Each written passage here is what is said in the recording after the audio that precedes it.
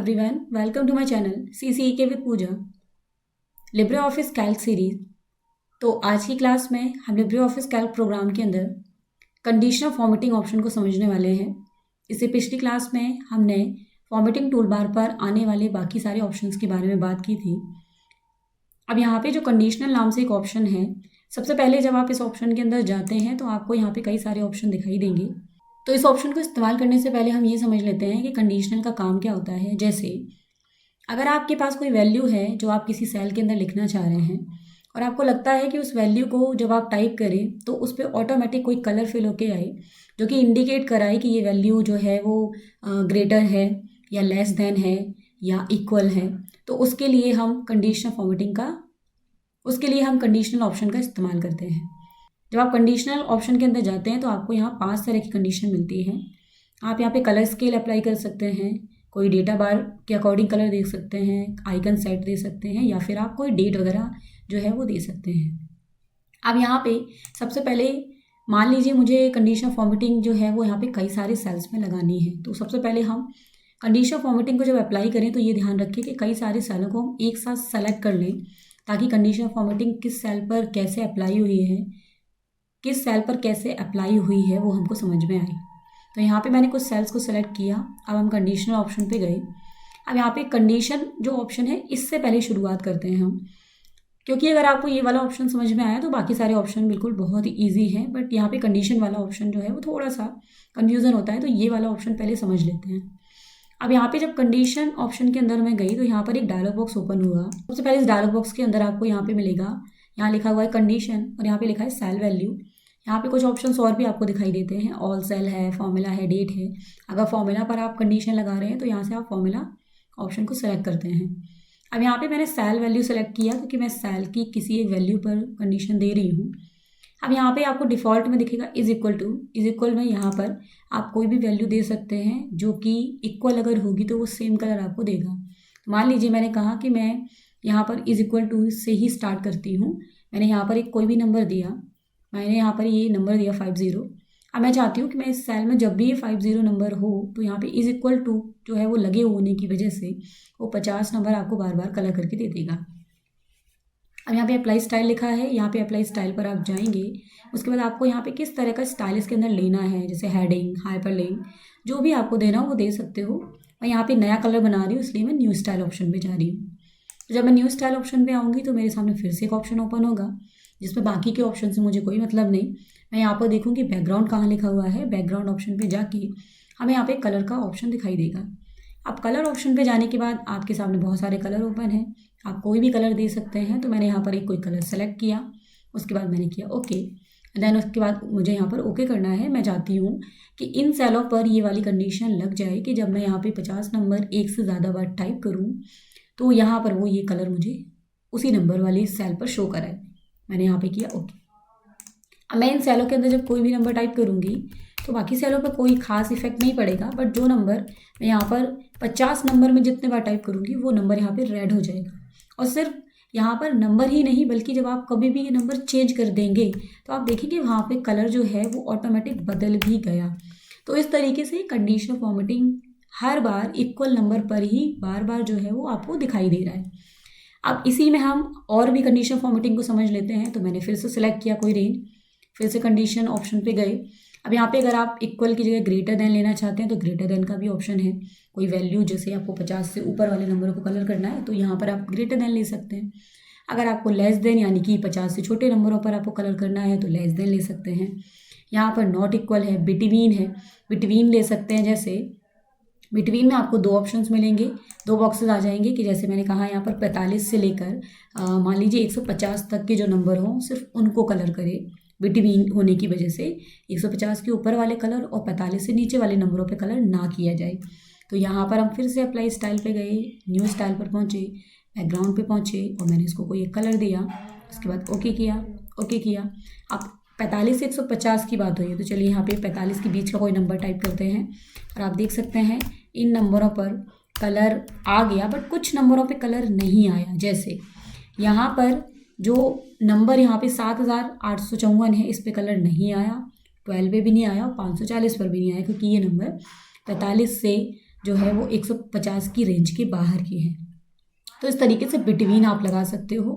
अगर आपको greater than less than देना है, आप डुप्लीकेट भी बता सकते हो, नॉट डुप्लीकेट भी बता सकते हो कि जो नंबर डुप्लीकेट ना हो उस पर कलर आए। तो इस तरीके से इसमें कई सारे ऑप्शंस हैं, आप इनको ट्राई करके देख लीजिए। बाकी के भी इसी तरीके से काम करते हैं। इसके बाद अब आते हैं कंडीशन ऑप्शन के अंदर कलर स्केल पर। कलर स्केल क्या है? कलर स्केल के अंदर जब आप जाएंगे तो आपको यहाँ पे कलर स्केल मिलेगा। ये आपसे जानना चाहेगा कि आपको कितने कलर स्केल में देखना है वैल्यू को, 3 कलर्स में या फिर 2 कलर्स में। तो यहाँ पे क्लिक करके आप ये देख सकते हो, 2 कलर का ऑप्शन है और 3 कलर का। अगर आपको 3 लेने हैं तो इस तरीके से आपको 3 कलर दिखेंगे, और आप 2 करोगे तो आपको 2 कलर दिखाई देंगे। अब मैंने यहाँ पर 2 कलर के बाद यहाँ पे जाना है, ये एक तरफ मिनिमम है, एक तरफ मैक्सिमम लिखा है, इसमें आप कोई वैल्यू नहीं दे सकते। हाँ, मैं यहाँ पे परसेंटाइल, ये जो बीच में ऑप्शन आ रहा है, इस पर क्लिक करके अगर मैं यहाँ पे वैल्यू लगा दूँ तो यहाँ पर मैं अपने हिसाब से कोई नंबर दे सकती हूँ। जैसे अगर यहाँ पे 50 नंबर जो होगा यहाँ पे 50 नंबर जो मिड का होगा वो उस पर येलो कलर आएगा, जो 50 से कम होगा उस पर रेड आएगा, और यहाँ पे जो 50 से ऊपर होगा वो ग्रीन आएगा। अब ज़रूरी नहीं कि आप red green yellow he low, in colour को भी आप चेंज कर सकते हो। जैसे मैंने बोला कि अगर यहाँ पे 50 से कम नंबर हो तो रेड आए, लेकिन 50 से ऊपर जो नंबर हो उन पे जो है वो इस तरह से ब्लू कलर आए। अब मैंने ओके किया। अब मैं यहाँ पर अगर 50 नंबर को टाइप करूँगी तो अभी कुछ नहीं दिखेगा, और जब आप 50 से कम लिखेंगे और आप 50 से ज़्यादा लिखेंगे तो आपको यहाँ पे तीनों कलर दिखाई देंगे, और आपको कलर स्केल के अकॉर्डिंग दिख रहे होंगे। जो नंबर सबसे हाईएस्ट होगा वो डार्क कलर में आएगा, जैसे ब्लू की मैंने बात कही थी। अब यहाँ पे 500 और ये 320 ये आसपास के ही नंबर हैं लगभग। देखिए इसमें थोड़ा थोड़ा सा ब्लू कलर आ रहा है।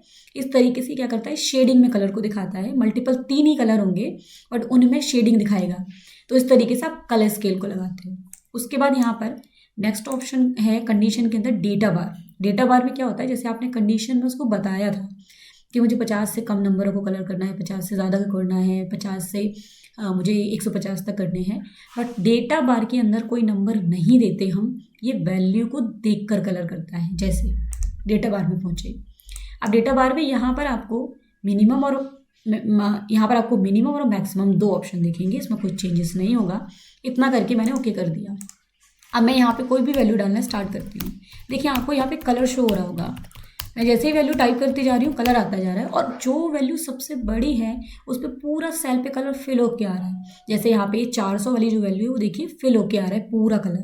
10 सबसे कम है, देखिए इसमें कितना कम आ रहा है। तो इस तरीके से ये क्या करता है, वैल्यूज़ को देखता है और कलर को बदल देता है। अगर मैं यहाँ पे नंबर को चेंज कर दूँ तो इसकी कलर स्केल जो होगा वो चेंज हो जाएगा। तो इस तरीके से आप डेटा बार ऑप्शन का इस्तेमाल करते हो। इसमें वैल्यू नहीं देनी पड़ती, ये खुद से वैल्यू को देख के कलर करता है। उसके बाद यहाँ पर कंडीशन के अंदर नेक्स्ट है आइकन सेट। अगर आपको कोई आइकन देने हैं, कलर वगैरह नहीं देना है, तो आपके सामने आइकन सेट आएगा। उसके बाद आइकन सेट में आने के बाद आपको यहाँ पे इसके साइड में आइकन लेना है कि आप कौन सा आइकन लेना चाह रहे हैं, और आपको सामने भी दिखाई दे रहा है 3 एरोज हैं, रेड, येलो और ग्रीन। अगर आप चाहो तो यहाँ पे आप किसी भी टाइप के आइकन को चेंज कर सकते हो, जैसे ट्रैफिक लाइट है, साइन है, सिम्बल्स हैं, स्माइलीज है, स्टार्स है, जो भी आपको लेना हो वो यहाँ से चेंज कर सकते हो।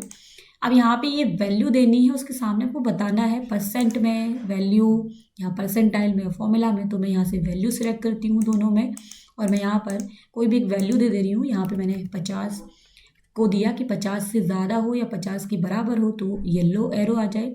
अगर यहाँ पे 150 से ज़्यादा हो या 150 के बराबर हो तो ग्रीन एरो आ जाए। और ग्रीन एरो जो है वो अप साइड पे होगा, रेड एरो डाउन साइड पे, और येलो जो एरो है वो राइट साइड पे इस तरह से इंडिकेट होगा। अब मैंने यहाँ किया ओके। अब मैं यहाँ पे वैल्यू को टाइप करती हूँ। मैंने लिखा 50, तो देखिए यहाँ पे येलो एरो आ गया। मैं यहाँ पे 150 से ज़्यादा नंबर लिखूँगी तो ग्रीन एरो आ जाएगा, और जब मैं 50 से भी कम दूँगी तो यहाँ पे रेड आ जाएगा। तो इस तरीके से आप कोई भी आइकन को दे सकते हो। अगर आपको चेंज करना हो आइकन को, आप सेलेक्ट कर लो फिर से कंडीशन में आप आइकन सेट पे जाइए, वहीं पर पहुँच गए। हमने आइकन को चेंज कर लिया।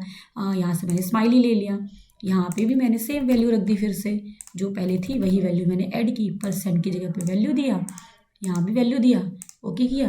अब देखिए यहाँ पे एक स्माइल करती हुई है, और जो यहाँ पर एक स्माइली है वो हैप्पी है, एक मीडियम है, और एक का जो फेस है वो सैड है। तो इस तरीके से आपको डिफरेंट स्टाइल में ये यहाँ पर आप आइकन सेट दे सकते हैं। अब उसके बाद बारी आती है डेट की। चलिए अब डेट में कैसे होगा कंडीशन, डेट काम करेगा सिर्फ डेट पर, ध्यान रखिएगा। जब हम यहाँ पे डेट वाले में जाएंगे कंडीशन में, तो यहाँ पर आपको मिलता है टुडे, ये डिफ़ॉल्ट है, यस्टरडे, मतलब आपको जो आपने डेट लिख रखी है उसमें से आपको कौन सी डेट पे कंडीशनल फॉर्मेटिंग लगाना है, टुडे की डेट या यस्टरडे की डेट या टुमारो की डेट या 7 डेज़ वीक की या आने वाले वीक की या नेक्स्ट मंथ की, नेक्स्ट ईयर की, लास्ट ईयर की, ये आप ले सकते हो। बट कंडीशन ये है कि वो डेट भी आपके सेल पे लगी हुई होनी चाहिए। ऐसा नहीं है कि आप यहाँ पे टुमारो देख रहे हो और आपने जो है वो डेट आगे की दे ही नहीं रखी, तो वो टुमारो आपको कैसे देगा। अब आप लास्ट मंथ की डेट देख रहे हो और आपने लास्ट मंथ लिखा ही नहीं है, तो यहाँ पे कंडीशन के अकॉर्डिंग आपको डेट भी देनी है। मान लीजिए मैंने यहाँ पे ले लिया टुमारो, यहाँ से मैंने कलर सेलेक्ट किया, बैकग्राउंड पे जाके मैंने कोई भी कलर एक दे दिया। अब टुमारो के अकॉर्डिंग यहाँ पे जो हमारे सिस्टम पे डेट आ रही है, इसके हिसाब से ही मुझे कल की डेट देगा। तो मैंने यहाँ पे डेट लिखा 18/2023, ठीक है। इसको मैं यहाँ फिल कर ले रही हूँ। अब देखिए यहाँ पे डेट हो रही है 18/12, इसके अकॉर्डिंग 19/12/23, मतलब यहाँ पे ये टुमारो की जो डेट होगी वो होगी 19 तारीख, इसलिए इसने मुझे ये कलर करके दे दिया।